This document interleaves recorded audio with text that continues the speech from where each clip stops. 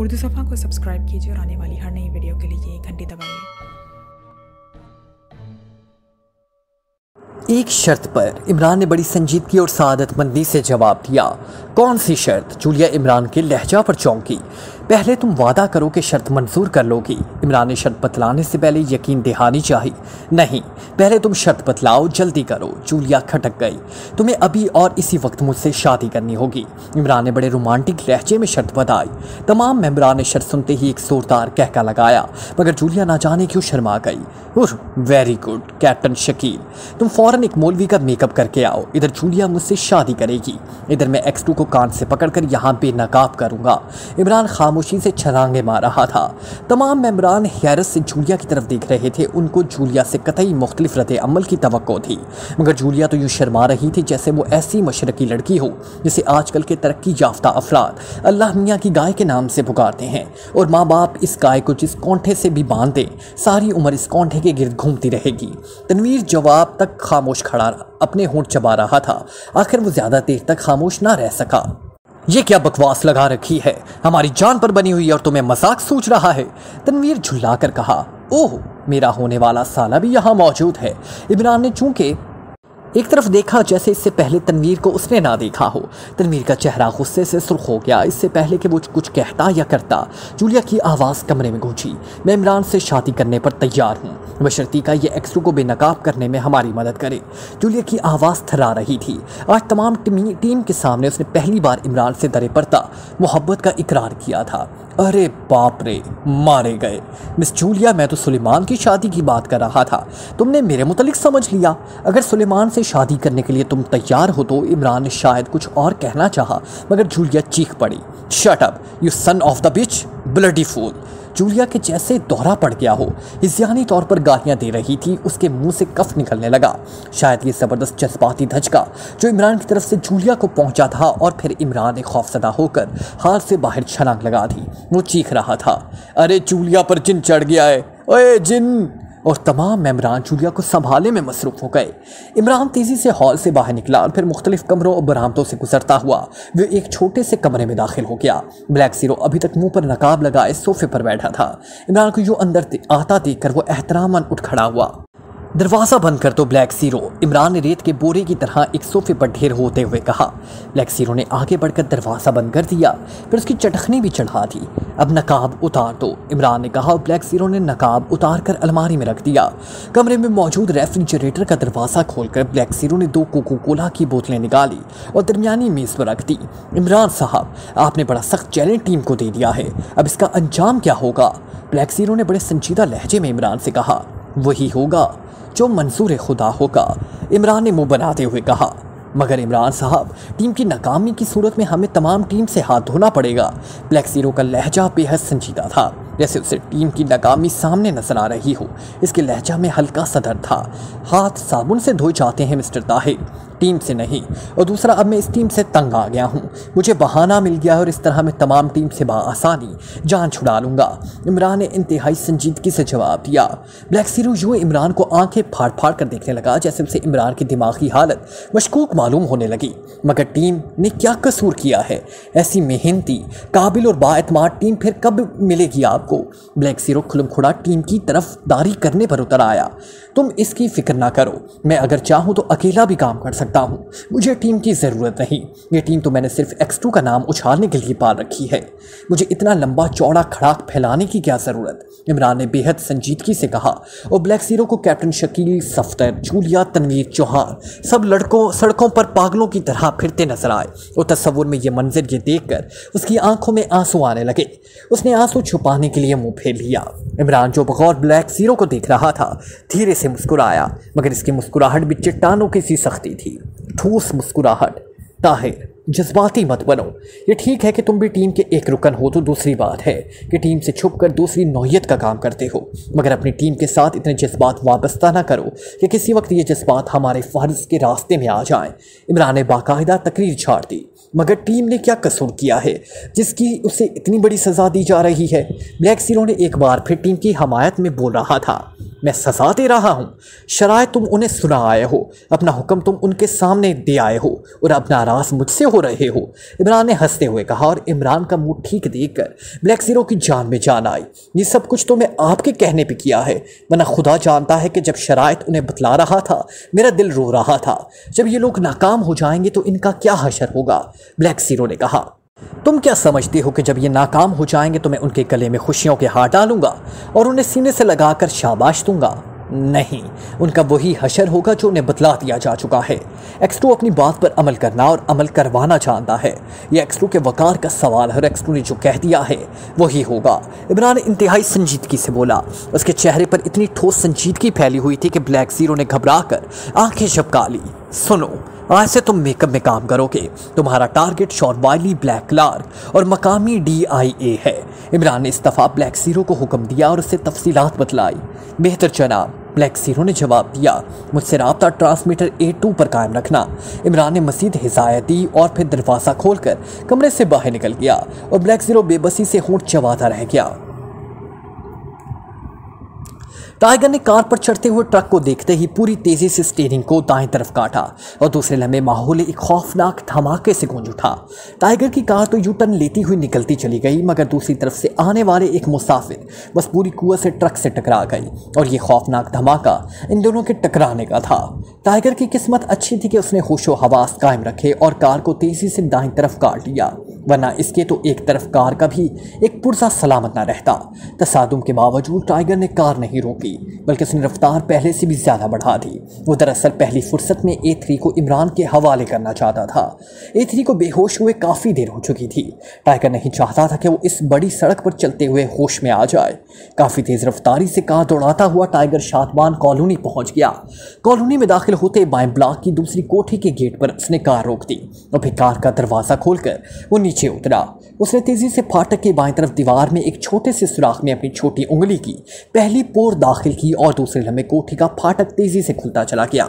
दरवाज़ा खुलते ही वो वापस कार के स्टीयरिंग पर आन बैठा और फिर कार की कोठी के अंदर दाखिल हो गई।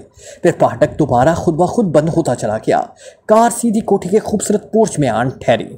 टाइगर ने बैरे की लाश को कार के अंदर ही रहने दिया और फिर तेज तेज कदम उठाता हुआ एक और कमरे में दाखिल हुआ।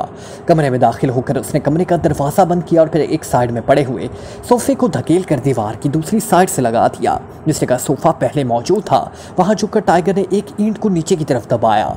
ईंट के दबते ही उस जगह एक तख्ता फर्श से उठता चला गया। ये एक लकड़ी का मजबूत तख्ता था जिस पर रोगन और मीनाकारी के कुछ इस महारत से की गई थी कि बगौर देखने के बावजूद आदमी ये महसूस नहीं कर सकता था कि ईंटें नहीं बल्कि सिर्फ ईंटों का डिज़ाइन है। तख्ता ऊपर उठते ही नीचे की तरफ जाती हुई पुख्ता सरियाँ साफ नजर आने लगी। टाइगर मुड़ा और फिर दरवाज़ा खोलकर कमरे से बाहर निकल गया। चंद लम्हों बाद जब वो कमरे में दाखिल हुआ तो उसके कंधे पर A3 का बेहोश जिस्म लदा हुआ था। वो सीढ़ियाँ उतरता हुआ नीचे एक कमरे में पहुंचा।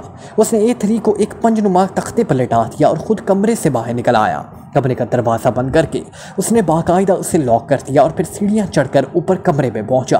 उसने इस ईंट को दबाकर तख्ता दोबारा फर्श से मिला दिया और फिर सोफ़ा धकेल कर उसने तख्ते के ऊपर रखा और इत्मीनान से हाथ छाड़ता हुआ कमरे से बाहर निकल गया। दूसरे कमरे में आकर टाइगर ने जेब से एक ट्रांसमीटर निकाला और फिर उसका बटन ऑन कर दिया। चंद लम्हों बाद राब्ता कायम हो गया। Hello, tiger speaking over. Tiger ने स्पॉट लहजे में कहा। Yes, Imran speaking this and over. दूसरी तरफ से इमरान की तहमकाना आवाज़ सुनाई दी। सर, DIA का अहम रुकन A3 इस वक्त टाइगर सेंटर नंबर 4 के तहखाने में मौजूद है। ओवर। टाइगर ने A3 के मुतल्लिक इमरान को इतला देते हुए कहा। इसे कहाँ से ट्रैप किया है? ओवर। इमरान ने इंतहाई संजीदगी से पूछा। इसके लहजे में हल्की सी गुर्राहट भी शामिल थी, जैसे उसे इस खबर पर यकीन ना आया हो। टाइगर ने तमाम तफसीलात बता दी। ओके, मैं उसे चेक कर लूँगा। तुम होटल मालाबार की दूसरी मंजिल के 6, 7वें और 8वें कमरे में मौजूद अफराद की निगरानी करो। ये सफदर जूलिया और कैप्टन शकील हैं। जल्द से जल्द मुझे रिपोर्ट मिलनी चाहिए। ओवर। इमरान ने टाइगर को नया हुक्म देते हुए कहा। Okay sir. ओवर। टाइगर ने जवाब दिया। Over and all. इमरान की दूसरी तरफ से कहा और फिर सिलसिला मुनक़ता हो गया। टाइगर ने ट्रांसमीटर का बटन ऑफ करके उसे जेब में डाला और खुद उठकर सीधा पोर्च में चला गया। कार का दरवाज़ा खोलकर वो स्टीयरिंग में बैठ गया और दूसरे लम्हे कार सीधी फाटक की तरफ बढ़ती चली गई।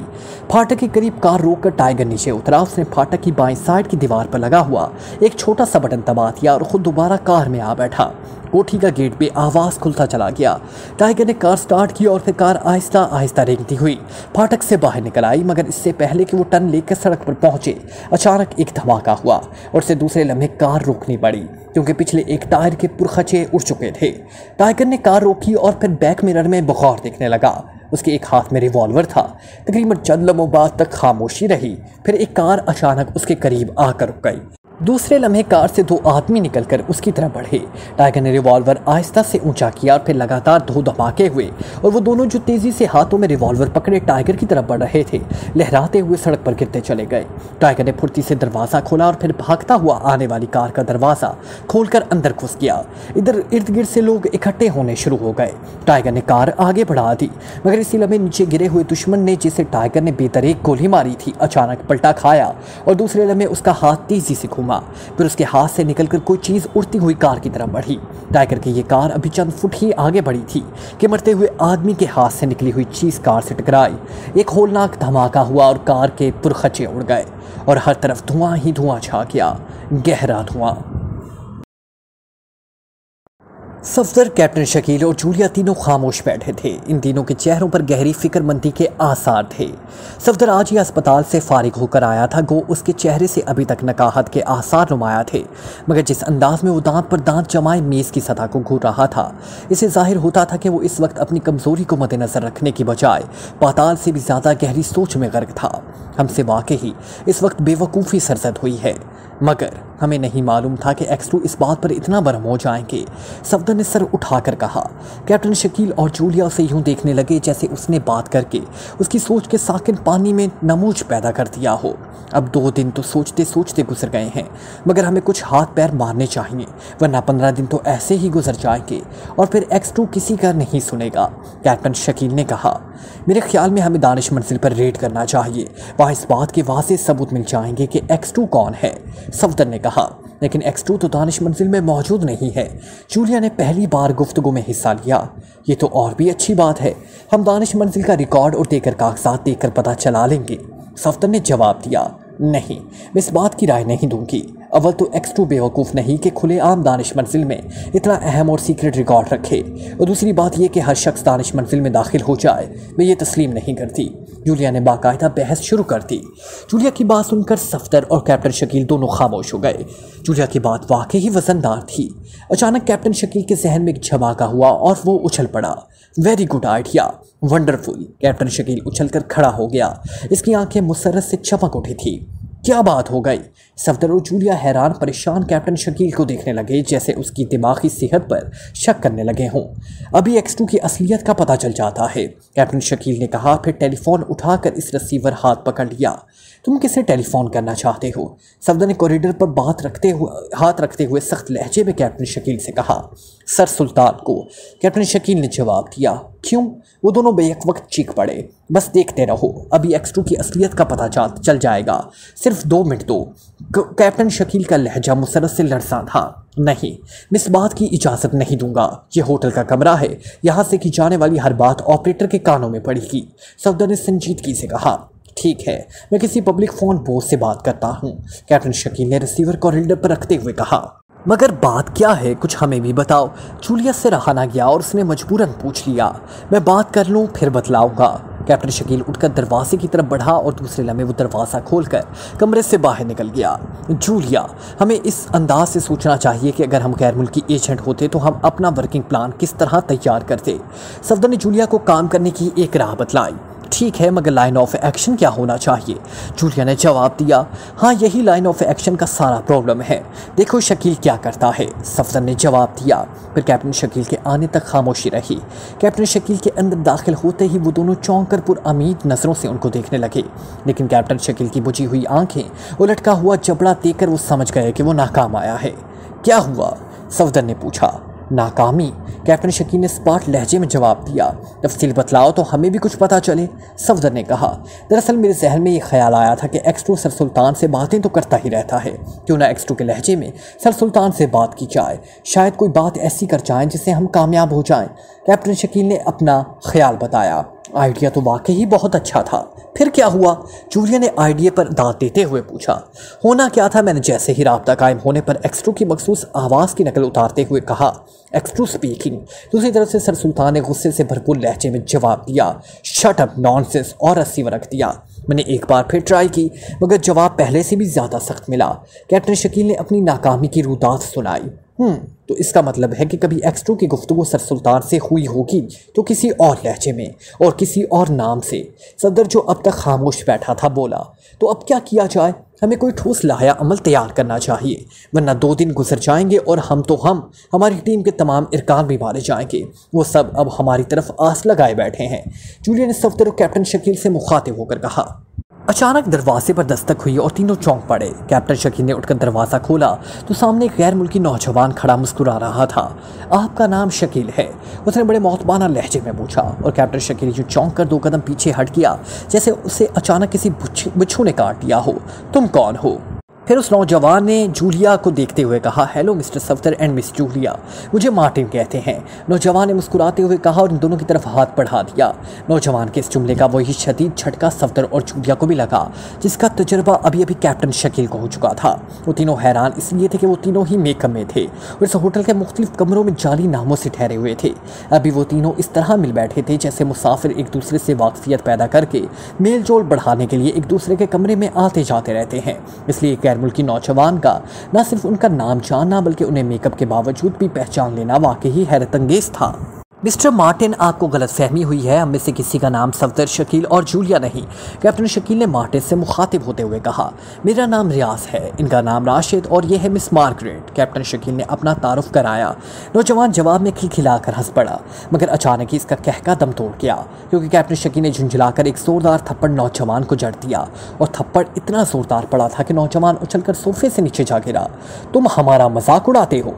कैप्टन शकील ने कुर्राते हुए कहा। उसकी आंखों से शोले निकल रहे थे। नौजवान खामोशी से फर्श से उठा और दाएं हाथ से इस गाल को मसल रहा था जिस पर कैप्टन शकील की 5 उंगलियां निशान छोड़ गई थी। आपको गलत फहमी हुई है, मैं आपका मजाक नहीं उड़ा रहा था, बल्कि मुझे आपके झूठ बोलने पर हंसी आ रही थी कि आप किस रवानी से झूठ बोल रहे हैं। नौजवान ने संजीदा लहजे में कहा और वो तीनों चौंक पड़े। सीधी तरह बताओ कि तुम कौन हो, वरना तुम इस कमरे से जिंदा वापस नहीं जा सकते। सफदर को भी नौजवान पर जलाल आ गया। मुझे एक पार्टी ने आपसे बात करने के लिए भेजा है। कौन सी पार्टी? जूलिया ने सवाल किया। हमें पता चला है कि एक्स2 ने आपको चैलेंज कर दिया है, इसलिए क्लार्क ने मुझे आपके पास भेजा है कि 15 दिन के अंदर अंदर उसे बेनकाब कर दें, वरना आपको सीक्रेट सर्विस की रुकनियत से अलहदा करके सजाए मौत दे दी जाएगी। नौजवान ने मुस्कुराते हुए वजाहत की, तुम झूठ बोलते हो, हमें ऐसी कोई हिदायत नहीं की गई। जूलिया ना रह सकी, वो चीख पड़ी। मिस जूलिया, हमारे हाथ बहुत लंबे हैं। शॉर वाइली और ब्लैक क्लार्क यहाँ अकेले काम नहीं कर रहे, बल्कि उनकी पुश्त पर DIA की वसी और ताकतवर तंजीम है। नौजवान ने सख्त लहजे में कहा। DIA का नाम सुनकर वो तीनों चौंक पड़े। इस मुल्क में DIA की तंजीम मौजूद है? सफदर की सीक्रेट सर्विस वाली रग फड़क उठी। जी हाँ, ये तंजीम काम ही नहीं कर रही, बल्कि उसकी जड़ें इतनी गहरी भी हैं कि किसी भी वक्त मौजूदा हुकूमत का तख्ता उल्टा जा सकता है। नौजवान ने बड़े फखरिया लहजे में कहा। मगर सीक्रेट सर्विस के रुकन DIA के कारकुन कैसे बन सकते हैं? कैप्टन शकील ने कहा। जब हम आपको कबूल करने के तैयार हैं तो आप कैसे नहीं रुकन बन सकते? नौजवान ने कहा। आपका मतलब ये है कि हम सीक्रेट सर्विस के रुकन रहने के बावजूद DIA के लिए काम करें? सफदर ने सवाल किया। जी हाँ, और इसके इवज़ DIA आपको मुंह मांगा मुआवजा और मुराद देगी। नौजवान ने कहा। हम किसी के तहत काम करना होगा? जूलिया ने सवाल किया। चीफ के तहत। नौजवान ने चीफ का नाम बड़े मौतबाना अंदाज में लेते हुए कहा। चीफ का नाम क्या है? कैप्टन शकील ने सवाल किया और नौजवान कैप्टन शकील के इस सवाल पर मुस्कुरा उठा। उसने मुस्कुराते हुए जवाब दिया, चीफ का नाम चीफ है। तुम चीफ को जानते हो? सफदर ने पूछा। अगर आप लोग ये कोशिश तो नहीं कर रहे कि मैं DIA की तमाम मालूमात आपको मुहैया करूं और इन मालूमात को एक्स2 तक पहुंचाने के सुरखरू होने की कोशिश करें? नौजवान कैप्टन शकील और सफदर का मकसद समझ गया था। अच्छा छोड़ें, हम सोचेंगे। जूलिया ने बात ख़त्म करना चाही। मैं 1 घंटे बाद टेलीफोन करके आप लोगों का फ़ैसला मालूम कर लूँगा। शमूलियत के सिलसिले में आपका अलहदा ग्रुप कायम कर दिया जाएगा और आप में से ही किसी को इस ग्रुप का इंचार्ज बना दिया जाएगा। आपको बराह रास्त चीफ की तरफ से अहकाम मिलेंगे। शमूलियत ना करने के सिलसिले में इतना बतला दूँ कि होटल का ये कमरा सिर्फ 1 सेकंड में उड़ाया जा सकता है। अच्छा, अब इजाज़त। नौजवान ने बड़ी संजीदगी से कहा और फिर पुरवकार अंदाज में चलता हुआ कमरे का दरवाज़ा खोलकर बाहर निकल गया। सफदर इसका ताकुब करो, कैप्टन शकील ने कहा। सफदर चौंक कर उठ खड़ा हुआ। उसने तेजी से कमरे से बाहर कदम रखा और फिर गैलरी को सुनसान देखकर वो नीचे सीढ़ियां उतरता चला गया। जैसे ही सफदर नजरों से गायब हुआ वही नौजवान करीब के कमरे से नमूदार हुआ। उसने मुस्कुराते हुए एक नज़र सीढ़ियों पर डाली और फिर दूसरी तरफ मुड़कर तेज तेज चलने लगा। थोड़ी देर बाद वो नौजवान किचन के रास्ते होटल से बाहर निकल जाने में कामयाब हो गया। जाहिर है सफदर का नाकाम लौट आना पड़ा। शॉर्प वाइली और ब्लैक लॉर्ड जैसे ही कमरे में दाखिल हुए, कमरे में बैठे हुए 4 अफराद और जिन्होंने अपने चेहरे नकाबों के पीछे पोशीदा कर रखे थे, उनके इस्तकबाल के लिए उठ खड़े हुए। ये मकामी DIA के सरबराह थे। शॉर्प वाइली और ब्लैक लॉर्ड दोनों खाली कुर्सियों में बैठ गए। उनके बैठते ही बाकी अफराद भी बैठ गई। दोस्तों, हम जानते हैं कि इस मुल्क में आपकी तंजीम की जड़ें इंतहाई गहरी हैं और आपने साबका प्लान में हमारी जिस बेतरीक तरीका से मदद की है, हम उसके लिए आपके बेहद मशकूर हैं। हमें अफसोस है कि हमारा प्लान फेल हो गया और नतीजा ये कि एक तो हमारा सबसे सेंटर हमारे साथ से हमेशा के लिए निकल गया, दूसरा हमारे कई बेहतरीन साथी अपनी जान से हाथों बैठे। अब हम एक बार फिर इकट्ठे हुए हैं इसलिए कि आपके सामने अपना प्लान रखें। मैं समझता हूँ कि ये प्लान हर लिहाज से मुकम्मल और जामिया है और अगर हमने इस प्लान पर कामयाबी से अमल कर लिया तो कोई वजह नहीं कि X2 हमारी मुट्ठी में ना हो। शॉर्प वाइली ने बाकायदा तकरीर करते हुए कहा। प्लान की तफसीलात बताइए, एक नकाबपोश ने खड़े होकर पूछा। शॉर्प वाइली ने ब्लैक क्लार्क की तरफ इशारा किया और ब्लैक क्लार्क ने एक फाइल नकाबपोशों के दरमियान रख दी। शॉर्प वाइली और ब्लैक क्लार्क दोनों खामोशी से बैठकर नकाबपोशों के सामने की तरफ देखने लगे। फाइल में इबारत के साथ साथ मुख्तलिफ नक्शे भी बने हुए थे। नकाबपोश मिलकर बगौर इस फाइल को पढ़ते रहे। तमाम फाइल का मुतालिया करने के बाद उन्होंने एक तवील सांस ली और फाइल बंद कर दी। क्या ख्याल है, कैसा प्लान है ये? शॉर्प वाइली ने पूछा। बेहतरीन और इंतहाई जामिया प्लान है। हम सब मुतफिका तौर पर आपके जहनों की दाद देते हैं। जैसा आपके मुतालिक सुना करते थे, आप दोनों को वैसा ही पाया, एक नकाबपोश ने खुशामिदाना लहजे में कहा। अब आप लोग इस प्लान पर अमल दरामद की तैयारी करें। ब्लैक क्लार्क, जो इन खुशामती बातों से इंतहाई नफरत करता था, बोल पड़ा। जी हाँ, आप बेफिक्र रहें, आज से ही इस प्लान पर अमल दरामद शुरू हो जाएगा और क्लाइमेक्स पर आपको इतला कर दी जाएगी। एक नकाबपोश ने इन दोनों को तसल्ली देते हुए कहा। ओके, हम चलते हैं। फ्रीक्वेंसी 63 ईस्ट 4 नॉर्थ 6 पर हमसे रब्ता कायम कीजिए। शॉर्प वाइली ने अपनी मखसूस फ्रीक्वेंसी नंबर बतलाया। फिर वो दोनों वापस दरवाज़ा खोलकर बाहर चले आए। सफदर के नाकाम लौट आने पर तीनों के दरमियान DIA के मुतालिक बहस छिड़ गई। जूलिया किसी कीमत पर भी DIA में शामिल होने के लिए राजी नहीं थी। अलबत्ता सफदर और कैप्टन शकील नीम रजामंद थे। X2 हमें किसी कीमत पर भी मुआफ़ नहीं करेगा। जूलिया ने इन दोनों को नीम रजामंद देखकर गुस्से से चीखते हुए कहा। कैप्टन शकील बगैर कुछ जवाब दिए उठा। फिर उसने खूब अच्छी तरह कमरे की एक इंच जगह छान मारी, मगर कहीं भी डेक्टाफोन का निशान ना मिला। सफदर और जूलिया खामोशी से ये तमाम कार्रवाई देख चुके थे। कुछ नहीं है, कैप्टन शकील ने दोबारा अपनी जगह पर बैठते हुए कहा। सफदर ने कुछ सोचते हुए हनकार भरी। मिस जूलिया, हम इंतहाई खतरनाक पोजीशन में फंस चुके हैं। X2 ने हमें फ़िलहाल अलहदा कर दिया है, उसके साथ ही 15 दिनों का मशरूत चैलेंज भी। अगर हम चैलेंज में नाकाम रहे तो आप यकीन करें कि X2 अपने फ़ैसले पर अमल दरामद ज़रूर करेगा। अब आइए दूसरी तरफ, हम इस वक्त ऐसे रास्ते पर खड़े हैं जैसे कि आगे घोरा अंधेरा है, रोशनी की एक मामूली सी किरण भी नहीं। हमारे पास कोई ऐसा क्लू नहीं है जिस पर हम चलकर X2 को बेनकाब कर सके। X2 दानिश मंजिल को फ़िलहाल खैरबाद कह चुका है। अब वो कहाँ है, कौन है, कैसे मालूम हो सकता है? मगर मुल्क से गद्दारी और मुल्क दुश्मन तंजीम का रुकन बनना कहाँ की अक्लमंदी है? जूलिया भी गुस्से से भरे हुए लहजे में बोली। मगर हम कब मुल्क दुश्मनी की खातिर ऐसा कर रहे हैं? क्या इससे पहले ऐसा नहीं हुआ कि हम दुश्मन तंजीम में उनके रुकन बनकर शामिल होते रहे? क्या हमने पहले दुश्मन तंजीमों में शामिल होकर उनकी जड़ें नहीं खोदी? फिर अब कोई नई बात तो क्या हो गई? कैप्टन शकील ने भी झुंझलाकर जवाब दिया। ओह हाँ, ये बात ठीक है। इस तरह हम DIA की तंजीम को गहरा धक्का लगा सकते हैं। अब जूलिया की समझ में बात आ गई। फिर सफदर ने भी तायद कर दी। चनाचा ये झगड़ा बखैर खूब ही निपट गया।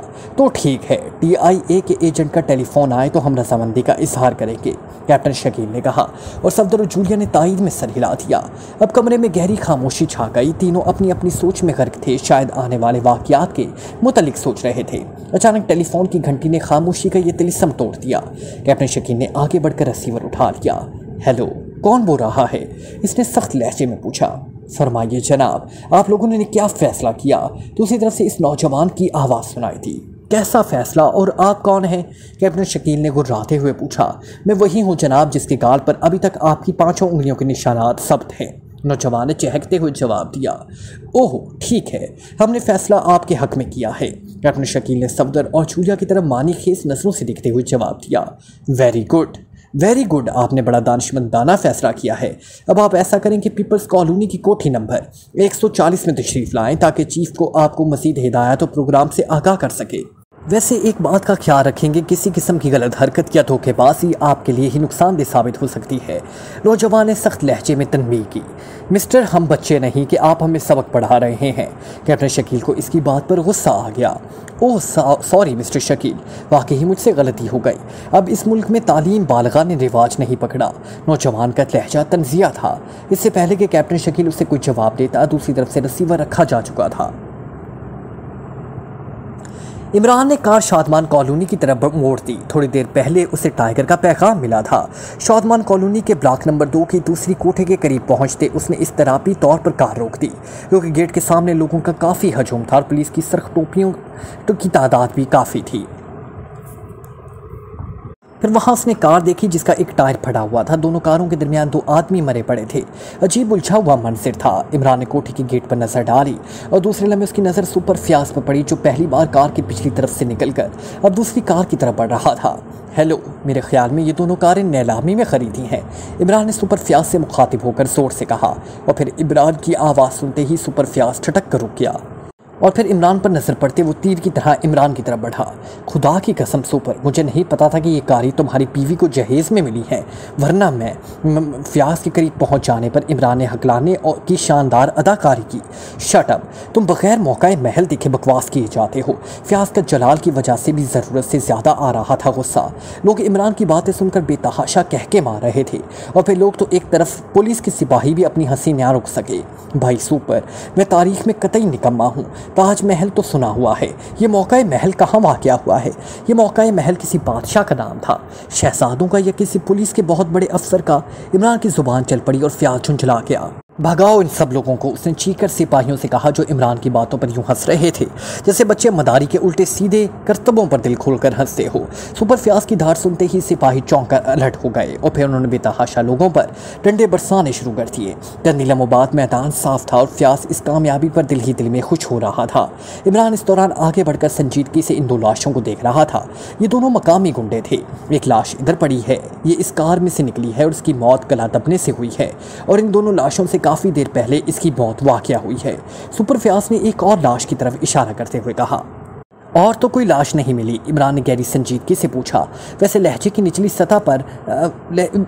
सतह पर मौजज़िन इस्तराब की लहर साफ महसूस हो रही थी। हाँ, इस तबाहशुदा कार के करीब एक नौजवान बेहोशी के आलम में मिला था। उसके जिस्म पर मामूली सी खराशें आई थी और वो भी कार से बाहर गिरने से। वो शायद कार तबाह होने से 1-2 सेकंड पहले कार से बाहर कूद गया, वरना कार के साथ साथ उसके जिस्म को भी ढूंढना पड़ता। उसे मैंने अस्पताल भिजवा दिया है, फ्याज ने इमरान को बाकायदा रिपोर्ट देते हुए कहा। और इमरान ने इत्मीनान की एक तवील सांस ली, जैसे उसके सर से एक बहुत बड़ा बोझ उतर गया हो। अच्छा, मैं चलूं?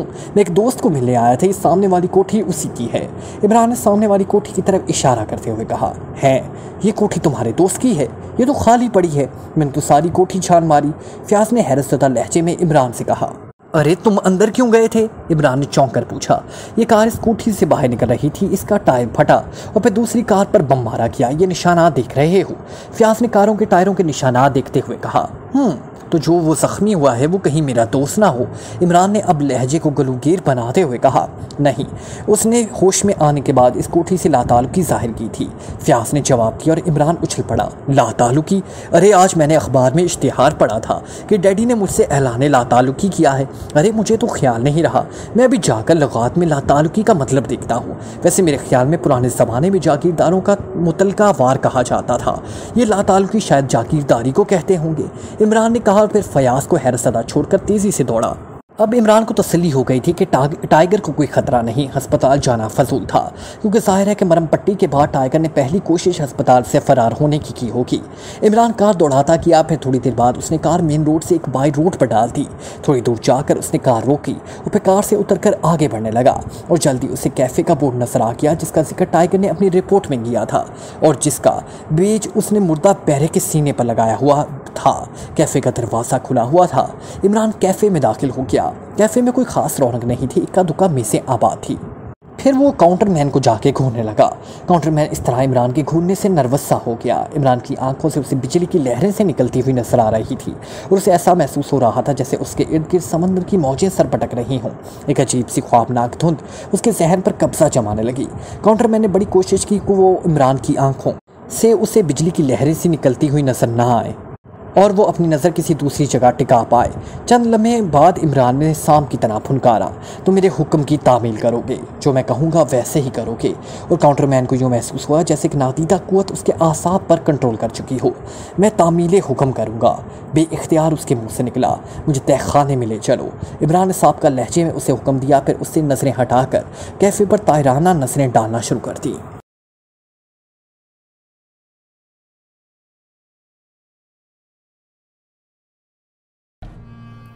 Like, comment, share,